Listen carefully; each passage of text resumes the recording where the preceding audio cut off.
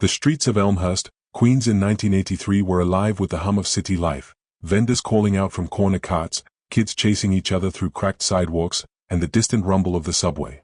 But for Melissa Hart, 22 years old, the neighborhood was more than just the place she lived, it was the heartbeat of her dreams. Melissa was the kind of person people remembered. Not because she was the loudest in the room, she wasn't, but because she had a way of making you feel like you mattered. Her friends called her Lissy. She was the one who'd bring you soup when you were sick, the one who'd wait up for your phone call after a breakup, the one who remembered the exact day your dog died, even years later. She lived in a tiny studio apartment above a laundromat on 82nd Street. The kind of place where the radiator hissed all night and the smell of detergent drifted in through the floorboards. On her dresser sat a chipped mug stuffed with pencils, each one worn from hours of sketching in the evenings after her shift. She wanted to be a fashion illustrator, and she was good. Her sketchbooks overflowed with detailed drawings of dresses, jackets, and shoes, inspired by the people she saw on the subway. Her mother, Patricia, still remembered the last phone call. It was a Wednesday evening.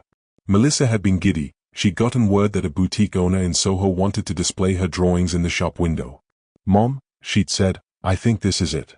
I think things are about to change." Patricia could hear her smiling through the phone. She had no idea it would be the last time she'd hear her daughter's voice. Melissa's father, Robert, wasn't a man of many words, but he had a soft spot for his only child. He'd spent the day before her disappearance fixing a loose doorknob in her apartment. "You've got to be careful in this city, Lissy," he told her, tightening the last screw. She'd rolled her eyes in mock annoyance. "Dad, you worry too much." Her friends painted the same picture, a young woman just on the brink of something big, with the kind of ambition that made you believe in her future.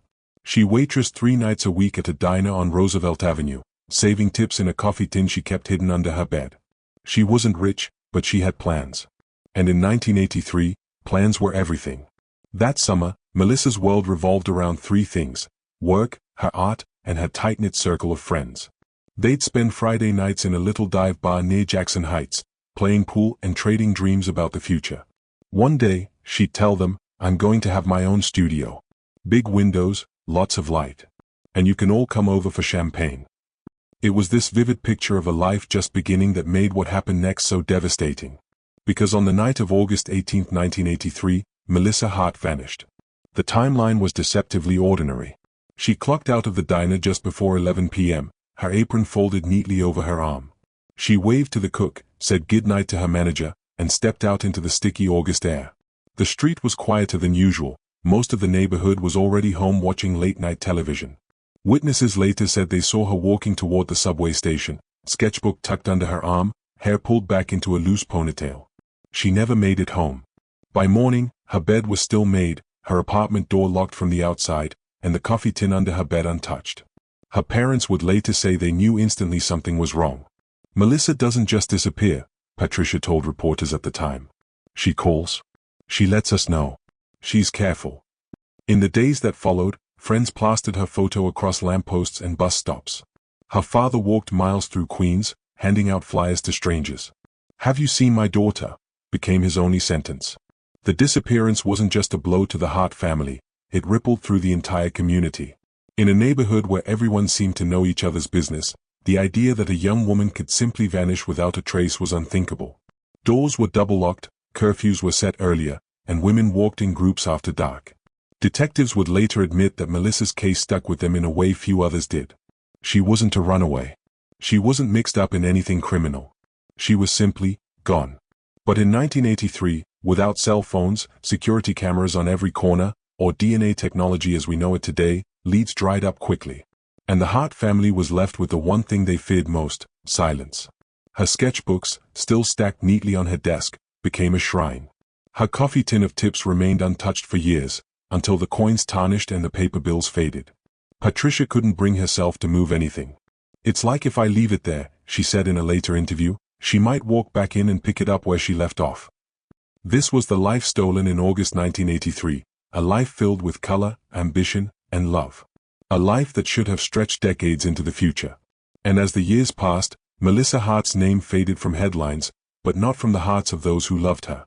What no one knew then was that the truth about her disappearance was buried much closer than anyone imagined, and when it finally came out, nearly 4 decades later, it would shock even the most seasoned detectives. The morning of August 19, 1983, began like any other in Elmhurst. Commuters hustled to the subway, vendors rolled up their steel shutters, and the air smelled faintly of fresh bagels from the corner deli. But inside the Hart family home in Middle Village, the atmosphere was suffocating. Patricia Hart sat at the kitchen table, phone receiver in hand, her coffee untouched. She'd already called Melissa's apartment twice, no answer. She called the diner. The manager, still groggy from the late shift, told her Melissa had left right on time, around 11, maybe a couple minutes after. That was it. No detours, no unusual behavior. By 9 a.m., Patricia and Robert were on their way to Melissa's apartment. The laundromat owner downstairs recognized them instantly. "Haven't seen her today," he said, shaking his head. "She usually comes down for coffee around this time." The first sign something was wrong hit Patricia in the gut the moment they stepped inside. Melissa's bed was made, the way she always left it in the morning, but her purse wasn't there. On the small kitchen counter sat a half-empty glass of water. The air inside was still, heavy.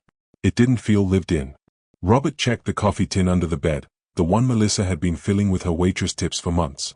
It was still there, untouched. Her sketchbook was missing, though, the one she carried everywhere. By noon, Robert was at the 110th precinct, filing a missing persons report. At first, the desk sergeant tried to temper his concern. "Sometimes adults take a day or two, clear their head," he said. But Robert wasn't having it. "You don't know my daughter. She's not like that. Something happened." The report was filed, and detectives Michael Fenton and Linda Reyes were assigned the case. Both were veterans of the NYPD Missing Persons Unit, used to cases where time was the enemy. They knew that in disappearances, the first 48 hours were crucial. The initial sweep started at the diner. Melissa's co-workers recalled her being in good spirits that night. No strange phone calls, no arguments. A busboy remembered seeing her leave through the side door, waving goodnight. "She headed toward the subway," he said. From there, the trail seemed straightforward, until it wasn't. Two witnesses, independent of each other, claimed they'd seen a young woman matching Melissa's description near a payphone on Roosevelt Avenue around 11:20 p.m. One, a cab driver named Henry Alvarez, swore she was talking animatedly into the receiver. Like she was upset about something, he told detectives. The other, a street vendor closing up for the night, said she seemed nervous, glancing over her shoulder. But no one saw where she went afterward. That night, police began a grid search. They canvassed the blocks between the diner and the subway, knocking on doors, checking alleyways. A maintenance worker at the Roosevelt Avenue station said he hadn't seen her, but remembered a man loitering near the stairwell around midnight. He was tall, wearing a dark jacket despite the summer heat. "Didn't look like he belonged there," the worker said. Detectives pulled public transit logs, but in 1983, the system was a paper mess. There were no surveillance cameras, no electronic swipe records. If Melissa made it onto a train, there was no easy way to confirm. Then, on August 21, 3 days after Melissa was last seen, a call came in from a parks worker in Flushing Meadows, Corona Park. While clearing brush near a service path, he'd found something lying in the dirt, a sketchbook. The leather cover was scratched, the pages damp from morning dew. Inside were detailed pencil drawings, women in flowing dresses, men in tailored suits. And on the back page, a name in neat handwriting, Melissa Hart. Detectives descended on the park. The location where the sketchbook was found was off the beaten path, about a 10-minute drive from the diner. Fenton crouched near the spot, studying the ground. There were no clear footprints, the dirt was too dry, but a faint cigarette butt lay nearby. It was collected as evidence, though at the time, without DNA testing, it was of limited use. The discovery of the sketchbook shifted the tone of the investigation. If Melissa had dropped it, why here? And if it had been discarded, was it meant to be found? By the following week, the search had widened. Flyers bearing Melissa's face were plastered across Queens and into Manhattan. Her parents made a public plea on local news, Patricia's voice breaking as she begged, "Whoever has her, please, just let her come home." Tips poured in, most useless, some bizarre. A psychic from Staten Island claimed Melissa was being held near water. A caller reported seeing her on a bus to Boston, but the lead went nowhere. Then came a chilling report. On the night Melissa disappeared, a woman named Karen Whitfield had been walking home from her nursing shift, about 6 blocks from the diner. She told detectives that a dark sedan slowed beside her. The driver, a man in his 30s, leaned over and asked if she needed a ride. She declined and kept walking. The car lingered before speeding off, heading in the same general direction Melissa had been walking. Unfortunately, Karen couldn't recall the license plate, and her description of the driver was vague. Still, it was enough for detectives to begin considering the possibility that Melissa had been abducted. The turning point came when Fenton requested a search of nearby vacant buildings. In an abandoned warehouse about a mile from the diner, officers found traces of what appeared to be a struggle: an overturned chair, a broken bottle, and a small scrap of fabric. Patricia later confirmed it looked like part of a blouse Melissa had owned. But without more, the find was circumstantial. In the absence of definitive proof, the media swarmed the story. The Daily News ran a front-page article: "Queens woman vanishes, family desperate for clues." The pressure on the NYPD was mounting, but the trail was already starting to cool. For the Hart family, each day without answers was another weight on their chest. Patricia stopped sleeping. Robert began carrying one of Melissa's sketches folded in his wallet. "So I can show people," he said. And though they didn't know it yet, they were entering the most dangerous phase of any investigation, the point where hope begins to fade, and the case risks slipping into the shadows. Because in the fall of 1983, after weeks of searching, the leads dried up. And for nearly 40 years, no one would know exactly what happened after Melissa stepped out into the humid night. But the sketchbook in the park, it would become more important than anyone could have guessed. Detectives Michael Fenton and Linda Reyes knew from experience that the first step in a missing persons case was to map the victim's final known movements in painstaking detail. Melissa's last confirmed sighting was outside the diner on Roosevelt Avenue, just after 11 p.m. From there, her path should have been predictable: a short walk to the subway station, then home. But somewhere along that route, something had gone terribly wrong. They began by retracing her steps, literally. On the third day of the investigation, Fenton and Reyes walked the route from the diner to the subway entrance at 74 Th Street, Broadway. They took note of every shadowed alley, every broken streetlight, every corner where someone could wait unseen.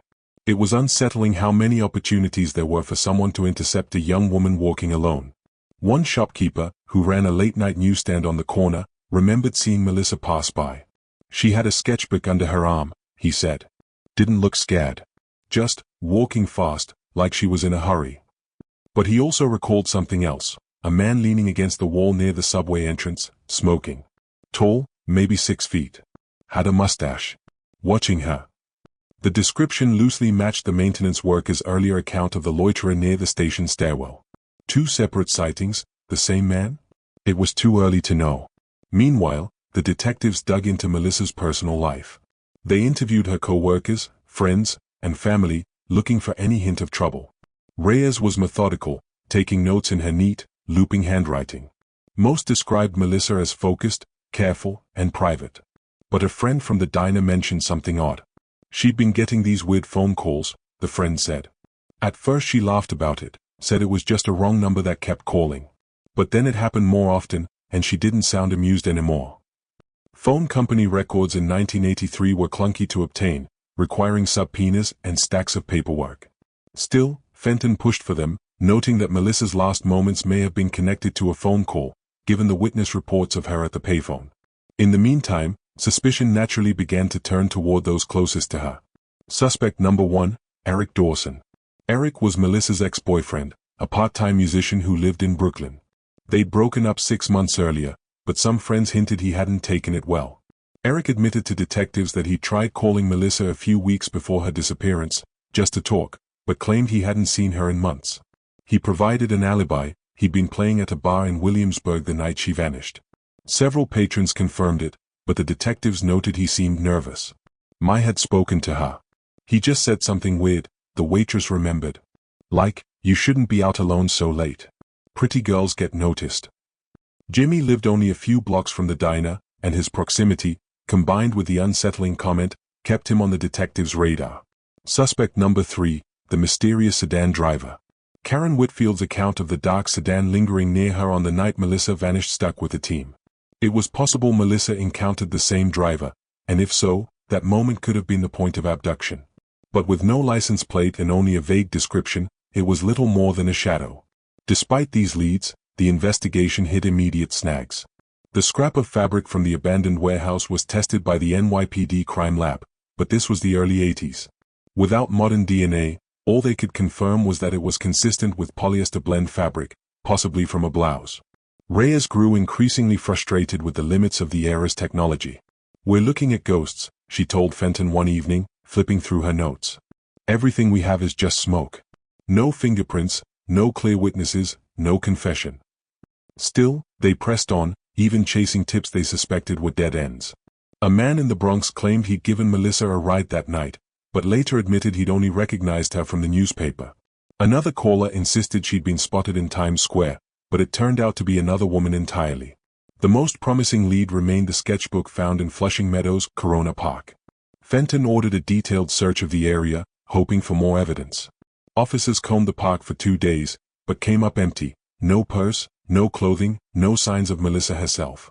Detectives began to suspect that the sketchbook's placement was deliberate. "If it was dumped by the abductor, maybe they wanted us to find it," Fenton theorized. "Or maybe it was to throw us off, make us think she was taken to the park when she wasn't." This theory gained weight when they interviewed a park worker who recalled seeing a man in a dark jacket near that service path late at night, about a day after Melissa's disappearance. He was carrying something under his arm. "Could have been a book, could have been something else," the worker said. But he was out of place. By late September 1983, the detectives had interviewed over 40 people, reviewed hundreds of pages of statements, and mapped the likely time frame of Melissa's disappearance down to a 30-minute window. And yet, nothing concrete tied any suspect to her. That's when the rumors began. The neighborhood gossip mill churned with theories that Melissa had run away to California, that she was involved with someone married, that she'd been caught up in something criminal without knowing it. None of these had any basis in fact, but each rumor eroded the clarity of the case. And in the absence of new evidence, the NYPD's resources began shifting to other, fresher cases. For Fenton and Reyes, it was a bitter pill. They'd both grown attached to the Hart family. Patricia still called the precinct every few days, her voice a mixture of hope and exhaustion. Robert, quieter but no less determined, showed up unannounced sometimes just to check in. By November, the official pace of the investigation slowed. Leads were followed when they came in, but the active search was winding down. Melissa Hart's disappearance was sliding toward the unsolved, another name on a long list of cases that would haunt the detectives long after the file was closed. But even as the cold air of winter set in, there were things about this case that wouldn't stop nagging at Reyes. The strange phone calls. The man at the subway. The sedan. The sketchbook. Pieces of a puzzle that wouldn't fit until decades later. In a place like Elmhurst, Queens, bad news didn't travel quietly. Within days of Melissa Hart's disappearance, her name was on everyone's lips, whispered in corner stores, murmured at bus stops, traded across kitchen tables. People who'd never met her swore they'd seen her just days before. Others claimed they'd known something wasn't right about the block she walked that night. Everyone had a theory, and none of them matched. At Gino's barber shop, where old men gathered to drink coffee and watch the street, the consensus was that it had to be someone local. "You don't just pluck a girl off the street unless you know she's there," one man said, jabbing his finger into the air. Somebody was waiting for her. At St. Mary's Church, parishioners organized prayer vigils, lighting rows of candles beneath the statue of the Virgin Mary.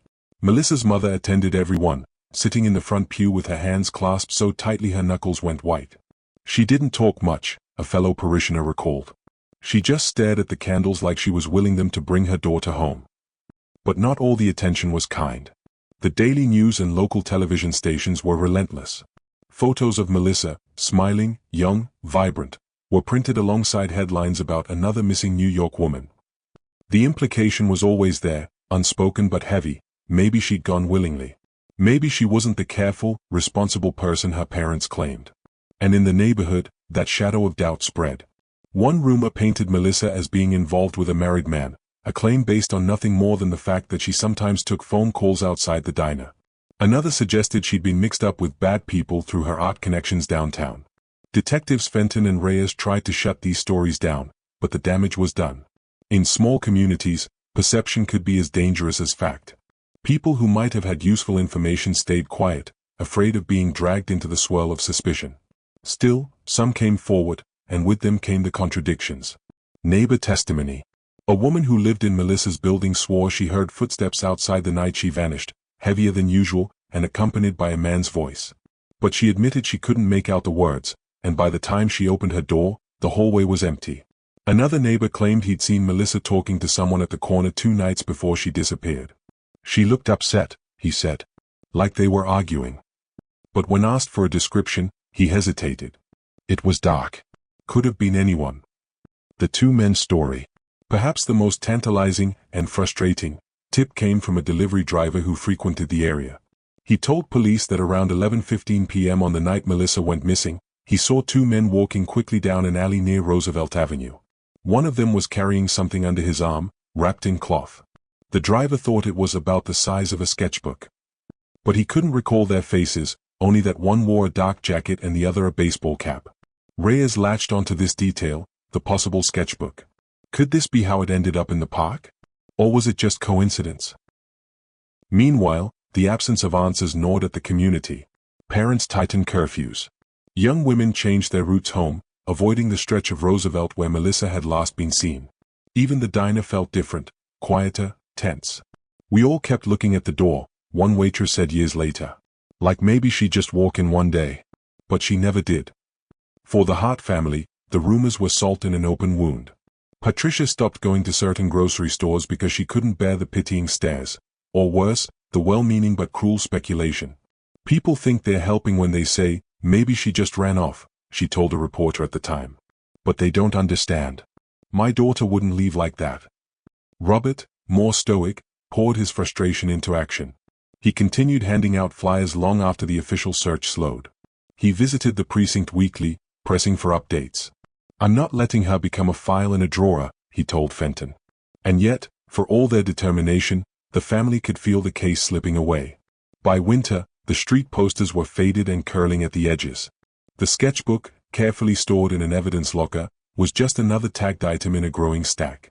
Without new leads, the investigation's energy drained, leaving behind only the residue of what had been a frantic community search. But the neighborhood never truly let go of Melissa's name. It lingered in quiet conversations, in the way certain residents would glance down Roosevelt Avenue at night, as if half expecting to see her. And once a year, on the anniversary of her disappearance, Patricia would tape a fresh flyer to the laundromat door, a silent reminder that the case was not closed, no matter what the police report said. The rumors would fade with time. But the unease never left. And while no one knew it then, someone in that community carried the truth, and they kept it buried for nearly 40 years. The New York State Police evidence room smelled faintly of dust and old cardboard, a scent that carried decades of unresolved pain. On a high shelf in the far corner sat a battered brown evidence box, its label faded and curling at the edges. Case #83-1479, do not destroy. 4 years, that box had been little more than a ghost, an artifact of a tragedy that seemed destined to remain unsolved. Inside were photographs, handwritten reports, and a few carefully bagged pieces of physical evidence. The items had been handled so many times in the 1980s that most officers believed any trace of forensic value had long been contaminated or degraded beyond use. But in the spring of 2021, something changed. A new forensic initiative, spearheaded by the state's cold case task force, aimed to revisit decades-old evidence using cutting-edge DNA technology, tools that hadn't even existed back when the victim was found. This wasn't just a recheck, it was a molecular deep dive into the past. Detective Marissa Leland, a seasoned investigator with a reputation for being relentless, carried the box into the lab like it was a sacred object. She didn't speak on the walkover. Her jaw was tight, her knuckles white against the cardboard handle. The lead forensic analyst, Dr. Stephen Kwan, had been briefed the night before. If there's anything left on these items, he told her, we'll find it. The lab itself looked nothing like the cramped, cigarette smoke-filled rooms of the 80s. Bright, sterile lighting bathed the stainless steel counters. Precision instruments hummed quietly, their displays flashing with readings too complex for the average person to decipher. One of the key items in the box was a single piece of fabric, part of the victim's shirt, carefully folded and stored in a plastic evidence bag. To the naked eye, it looked unremarkable. But Kwan and his team knew that modern techniques like touch DNA analysis could extract genetic material from even the faintest skin cells left behind decades ago. The first step was delicate, opening the bag in a controlled cleanroom environment to prevent contamination. The gloves, masks, and air filtration weren't just for show. One stray hair from an investigator could ruin the entire process. As the swabs were applied to the fabric, Leland watched through the glass, her heartbeat steady but heavy. For 38 years, the family had no answers. She had promised them she would try everything. Then came the waiting. DNA extraction isn't instant. It takes hours to isolate, amplify, and sequence the genetic markers, and even longer to run them through CODIS, the FBI's combined DNA index system. The machine would either return a cold no match or, if fate finally turned in their favor, a name. Late that night, Quan stepped out of the lab holding a printout. His face gave nothing away, trained neutrality from years of delivering both good and bad news. But when he handed it to Leland, she saw it immediately. Match found. It wasn't a random name. It wasn't some ghost from nowhere. The profile matched a man who had been arrested in the early 2000s on unrelated charges, a man still alive, still living in the state, and never once questioned in connection to the 1983 murder. For Leland, the moment was electric and sobering all at once. A door had opened, but walking through it would mean confronting someone who had hidden in plain sight for nearly 4 decades. The next step was clear: confirm the match, build the case, and prepare for a conversation that could finally shatter a family's decades-long silence. The ghosts of 1983 had just been given a voice. By early spring, the investigation had shifted from uncertainty to precision. Detectives were no longer chasing vague theories. They had a name, a face, and the cold certainty that the killer had been hiding in plain sight for decades. The DNA match had cracked the wall of mystery wide open, but building a case against someone who had lived freely for over 40 years required more than science. They needed corroboration. They needed motive. They needed proof the jury could see, hear, and feel. Detective Morales began quietly tracing the suspect's life. Where they had lived. Who they had known. Old employers, estranged relatives, neighbors from decades past. The pattern that emerged was unsettling: sudden moves, short stints at jobs, and whispers of violence that had never made it into an official report. Surveillance teams were deployed. They watched him at the grocery store, tracked his route to work, noted his habits, how he never lingered in one place too long, how he scanned every room before sitting down. To the untrained eye, he was just another middle-aged man with a quiet life. To the detectives, he was a man living with a secret so heavy it bent his posture. Morales worked late into the night, combing through the 1983 case file alongside the fresh forensic results. The fibers found on the victim's clothing, dismissed decades earlier, were tested again with modern methods. They matched a type of carpet sold exclusively in the suspect's neighborhood at the time. They were getting close. Too close for the suspect's comfort. One evening, while monitoring his movements, detectives noticed a change. He was packing boxes into the back of a pickup truck.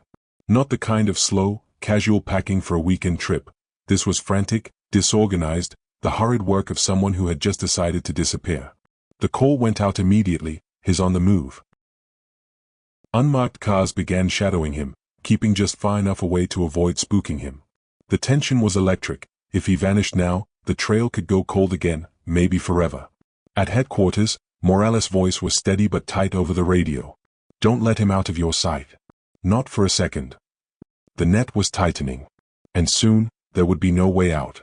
It happened on a gray October morning, the kind where the sky hung low and the air smelled of rain.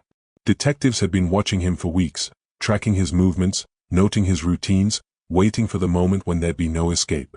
The suspect, now older and heavier, carried himself with the casual confidence of a man who thought the past was buried. He didn't know that DNA evidence from a decades-old crime scene had spoken his name loud enough for the law to hear. At 6:12 a.m., unmarked cars slid quietly into position outside his modest suburban home. 2 officers in plain clothes stepped onto the porch. The knock was firm, deliberate, not a request, but a command. Inside, footsteps shuffled. The door cracked open, revealing confusion in his eyes that quickly turned to dread as he spotted the badges. John Harris, the lead detective asked, voice steady but sharp. Yes? His voice trembled. You're under arrest for the murder of... Before the name was finished, the suspect's shoulders slumped. His eyes darted toward the hallway, as if searching for an escape that wasn't there. Neighbors peered from behind curtains as he was led down the front steps, wrists cuffed in front of him. The click of the metal echoed like a final verdict. For the first time in nearly 4 decades, the victim's family would hear the words they'd been waiting for: we got him. The courthouse in upstate New York was packed. Journalists lined the hallway, cameras flashing, the air thick with anticipation. For nearly 4 decades, this case had been a shadow over the town. Now, the man accused of ending a young woman's life in 1983 sat at the defense table, wearing a suit that didn't quite hide the tension in his shoulders. The prosecution came out swinging. They didn't waste time with pleasantries. The jury was shown grainy crime scene photos, each one a haunting reminder of the brutality. The lead forensic expert walked them through the DNA match, explaining how a single microscopic trace had been enough to reopen a case everyone thought was dead. Then came the emotional testimony. The victim's sister took the stand, her voice trembling as she described the last time she saw her sibling alive, a rainy October night, a promise to call the next day that never came. Her words had jurors leaning forward, their faces drawn. The defense pushed back hard. They questioned the reliability of old evidence, tried to sow doubt about contamination, even floated the idea of a police conspiracy. But each attempt seemed to crumble under the weight of science, witness recollections, and a decades-long trail of circumstantial proof that now aligned like puzzle pieces clicking into place. When the closing arguments were over, the courtroom felt like it was holding its breath. The jury filed out, and hours later returned with their verdict, guilty. The judge's gavel fell, sentencing the man to life without parole. For the family, it wasn't closure, nothing could bring their loved one back, but it was justice. And after 42 years of waiting, justice mattered. The courtroom had fallen silent. The gavel came down one last time. Justice, decades delayed, had finally arrived. For the victim's family, it wasn't the kind of victory that erased the years of pain. Nothing could do that. But it was a moment they'd been told would never come. They embraced each other, tears streaming, voices cracking as they whispered the same words over and over, "We did it. We didn't give up." Neighbors who'd lived through the case remembered the fear, the rumors, and the way the victim's face had been frozen in time on old flyers. Now, they could finally breathe knowing the truth had been dragged into the light. For investigators, it was a reminder of why they never close a door completely. Evidence bags, long forgotten, had become the keys to the truth. Technology had filled the gaps where memory failed. The case was over. The suspect would never walk free again. But the legacy of the victim, the laughter, the life, the dreams, would outlive the darkness that tried to erase them. Still, in the back of everyone's mind was a question. If it took this long for justice here, how many other stories were still waiting to be told? The courtroom was empty now. Just the echo of footsteps against polished wood. The verdict had been read hours ago, the cameras packed away, the crowds gone. Justice, or at least the closest thing to it, had been served. But for Detective Ramirez, something still didn't sit right. He stayed behind, sifting through the case files one last time, scanning the photographs, the transcripts, the autopsy reports. That's when he saw it, a single detail everyone else had missed.